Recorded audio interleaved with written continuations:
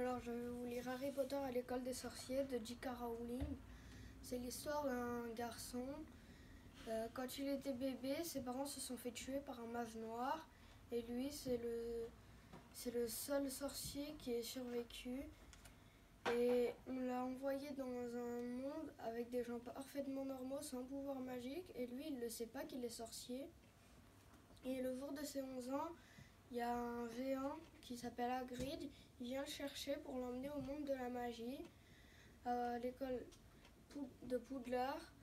Et il va apprendre la magie là-bas. Il va découvrir tout un monde de sorciers. Et il va passer un an là-bas. Et après, il va revenir pour les vacances d'été. Et là, je vais vous lire là où il rentre chez lui. Il met un certain temps pour quitter le quai.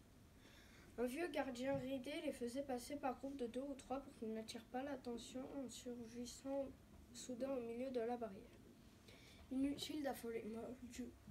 Il faut que vous veniez à la maison cet été, dit Ron à Harry et Hermione. Je vous enverrai un hibou. Merci, dit Harry. J'attends ça avec impatience. Des voyageurs les bousculaient de tous côtés tandis qu'ils replongeaient dans le monde des moldus. Harry entendait fuser tout autour de lui. Des au revoir Harry, à bientôt Potter. Toujours célèbre, fit remarquer Ron avec un sourire. Pas là où je vais, je te le garantis. Le voilà, maman. Je le vois, il est là, dit une petite voix alors qu'il franchissait le portillon. C'était Ginny Weasley, la petite sœur de Ron. Mais ce n'est pas Ron qu'elle montrait du doigt. Harry Potter, s'écria-t-elle. Regarde, maman, je le vois. Tais-toi un peu, Ginny Weasley. Et ne monte pas du doigt, c'est mal poli.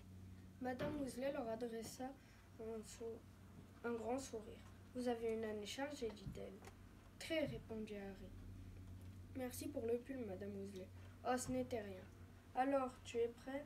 C'était l'oncle Vernon, toujours moustachu, toujours écarlate, toujours furieux que Harry ait l'audace de se promener avec un hibou dans une cage au milieu d'une gare remplie de gens parfaitement normaux.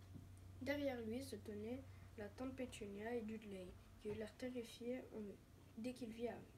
Vous êtes la famille de Harry, dit Madame Weasley. Façon de parler, répliqua l'oncle Vernon. Dépêche-toi, mon garçon, nous n'avons pas que ça à faire. Et il s'éloigna. Harry resta quelques instants avec Ron et Hermione. Alors, on se voit cet été?